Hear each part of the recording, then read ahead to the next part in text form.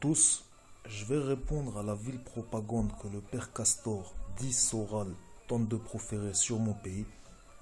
La première fausseté énoncée par Soral, c'est que les rabbins orthodoxes seraient antisionistes. Alors c'est un joli remix, sauf qu'il y a actuellement plus de 20% de la population israélienne qui sont orthodoxes. Et la petite assemblée de rabbins antisionistes présentée par Soral, c'est qu'une infime minorité qui eux vivent majoritairement aux États-Unis et qui tirent leurs croyances antisionistes du Talmud et non pas de la Torah comme le prétend l'ignare de Soral qui parle vraiment sans connaissance. Donc Soral, contrairement à ce que tu prétends, ton histoire du peuple israélite qui serait interdit de revenir vivre en Israël avant le Messie, ça n'existe pas dans la Torah. Et ça provient uniquement d'une interprétation de certains versets ambigus du Talmud. Par contre, la Bible hébraïque, elle mentionne bien dans des versets clairement énoncés que cette terre a bien été promise aux Israélites, sans parler du fait qu'il y a nombreux commandements perpétuels qui sont directement liés à Israël. Donc de fait, le sionisme, il est conforme à la Torah. Voilà pour la première calomnie. Deuxième calomnie du Soral, les Ashkénazes seraient des Khazars et donc non sémites. Alors le problème, c'est qu'il existait déjà des Juifs en Europe et même en Gaule bien avant l'existence des Khazars.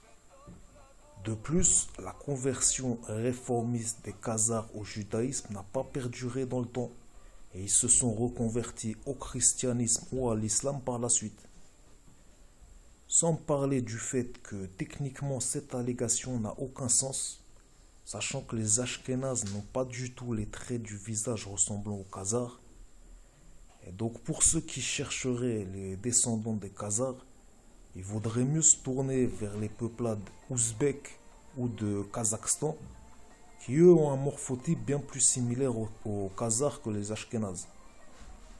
Donc ce mythe voulant faire croire qu'un juif qui vivrait en Europe, il perdrait de fait son identité juive, c'est rien d'autre qu'un colportage de ragots reporté par ceux qui adorent dénigrer les juifs.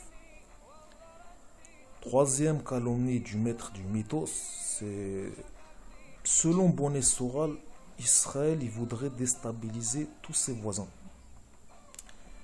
Alors là, c'est clairement une accusation inversée, mon cher Bonnet, sachant que seul un niais peut parler de la guerre des 6 jours en omettant les antécédents, comme le fait qu'avant cette guerre, l'Égypte et d'autres ont directement menacé Israël et ont préparé une offensive qui a été contrée par anticipation israélienne.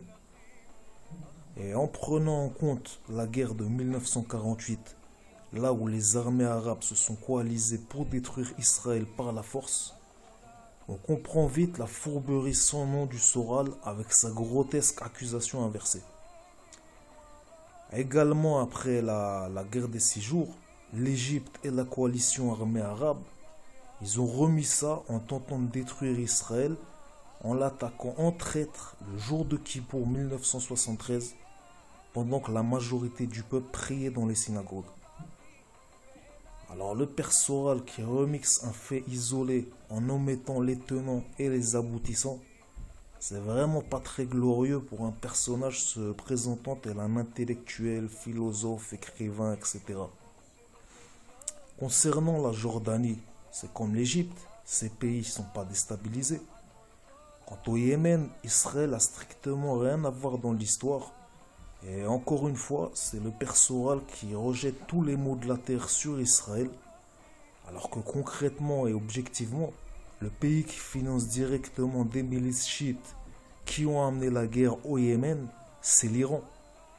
Alors père Castor, pourquoi on t'entend jamais dénoncer le fait que l'Iran il a envahi le Liban et qu'il souhaite faire de même en Syrie, au Yémen et jusqu'en Arabie?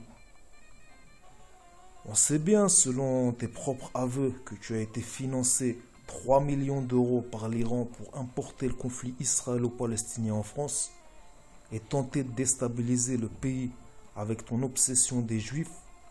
Donc se focaliser sur Israël en refusant de critiquer la politique expansionniste de l'Iran, Ça prouve ta malhonnêteté et ça démontre une fois de plus que t'es rien d'autre qu'un vulgaire agent de subversion payé par des fonds étrangers pour instaurer un contexte de guerre civile ici en France en divisant les communautés.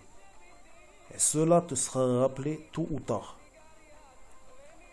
Pareillement, parler d'Israël comme État parasite, c'est un peu gros, sachant que cela correspondrait bien plus à l'entité Palestine, qui elle vit concrètement que de subventions étrangères, concrètement à Israël qui a une économie viable, qui fait l'import-export et qui produit beaucoup sur le sol israélien, que ce soit en termes d'agriculture, en termes de technologie ou de santé.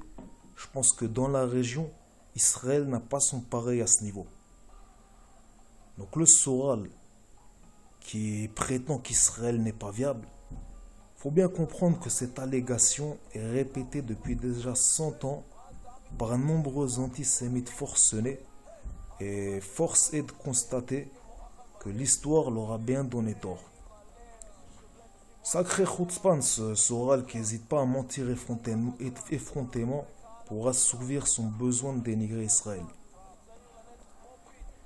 Alors sociologiquement, déjà, Falacha, c'est un terme péjoratif. Donc Soral, cesse de faire le malin en faisant croire que tu défends des gens quand les termes que tu emploies sont de fait insultants. L'alia des juifs originaires d'Éthiopie, c'est un modèle d'intégration pour tous en Israël. Sachant qu'eux, ils marchaient pieds nus dans le désert d'Éthiopie et aujourd'hui, ils sont parfaitement intégrés en Israël. Et on peut les retrouver dans tous les secteurs de la société israélienne. Et de plus, l'écrasante majorité des Israéliens originaires d'Éthiopie, ils sont extrêmement patriotes. Ce qui vient invalider de fait la théorie fumeuse du père Castor. Donc le Soral, il n'est jamais venu en Israël, mais il en parle comme s'il y vivait. Vraiment, c'est grotesque. Vraiment grotesque. Oui, il existe encore nombreux kibbutz et moshavim en Israël. Et oui, on peut trouver des juifs paysans ou des ouvriers dans le bâtiment.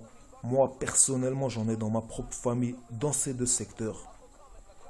Donc Soral, quand tu auras fini tous tes remixes et tes calomnies provenant de ton imagination torturée et subventionnée par l'Iran, une fois pour toutes, ferme-la à tout jamais.